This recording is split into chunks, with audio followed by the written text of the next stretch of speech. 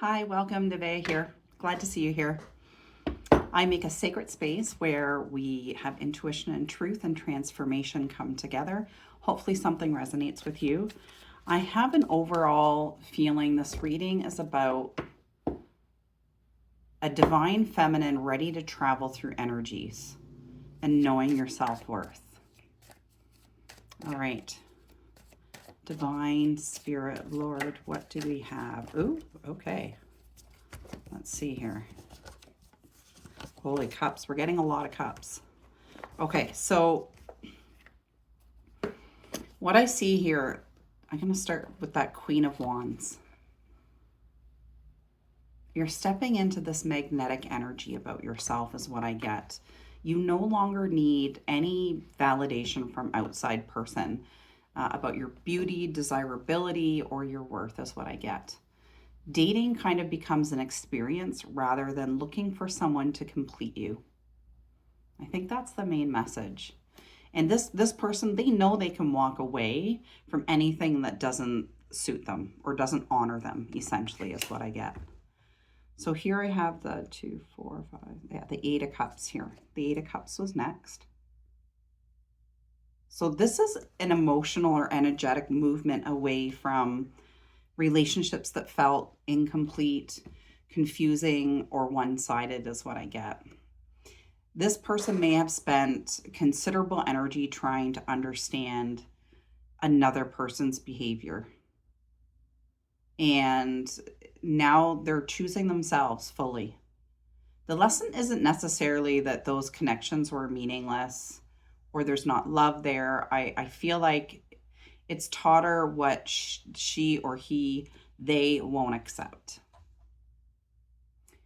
Okay, so the 3 of Cups came out next. That's a beautiful card.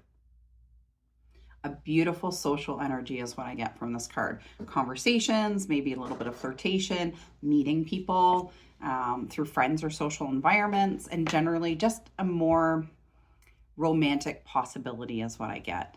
She doesn't have to immediately decide, who's the one. It doesn't have to be quick. You're allowed to meet people and discover what different energies bring out in you. And I feel like there's been a lot of hesitation. A lot of people are in hesitation about this. It takes a lot of energy and a lot of time. Okay, so now we've got the 7 of Cups. Holy cups. Okay, so few possibilities present themselves with this card is what I get. There might be a person who's intensely passionate. Another might feel emotionally safe, or another may stimulate this person's intellectuality is what I get. Someone may simply be fun and exciting. Are you going to find somebody that has all of those? Maybe you should make a checklist, a specific checklist. And I know that seems not organic or not natural, but it can help you discern and use your intuition. So the lesson is discernment without attachment is what I get. You can enjoy knowing people without prematurely assigning them a future role in your life. I feel like a lot of energies, once they start, a few dates with somebody, they feel like they're committed and shouldn't be dating anyone else. And people have different philosophies and views on that. One person at a time. Some people date many at a time. So you do have to do what feels comfortable for you. But just so you know, there is a lot of variance about how people interpret dating, essentially.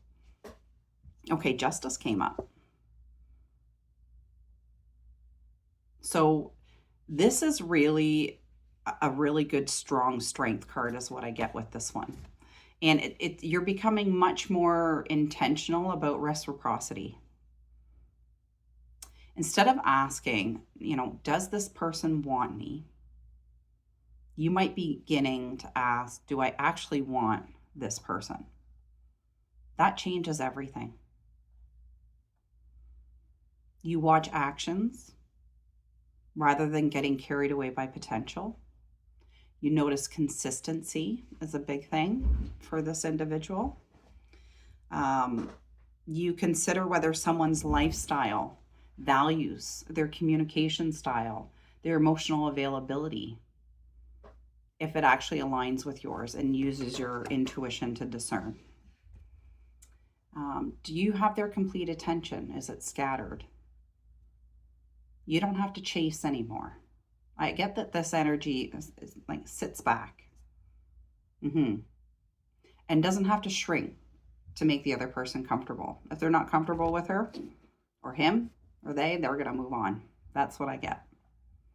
Okay, so the Fool came out.